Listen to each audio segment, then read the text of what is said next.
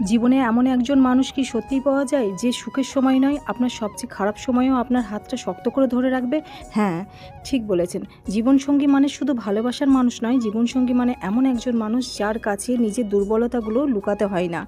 যে আপনার হাসির কারণ হতে চাইবে, আবার আপনার চোখের জল দেখলে কারণটাও জানতে চাইবে। জীবনে অনেক মানুষ আসবে, কেউ আপনার সৌন্দর্যে মুগ্ধ হবে, কেউ আপনার সাফল্যের পাশে থাকবে, কিন্তু সত্যিকারের জীবনসঙ্গী সেই যে আপনার খারাপ সময়েও আপনাকে ছোট করবে না, বরং আপনার পাশে থাকবে। সেদিন আপনার হাতে টাকা থাকবে না, যেদিন আপনার মন ভালো থাকবে না, যেদিন পৃথিবীর সবাই আপনার ভুলগুলো দেখতে পাবে, সেদিন সে মানুষটা বলবে, ভয় পেও না, আমি তো আছি। সেই মানুষটাকেই ধরে রাখবেন।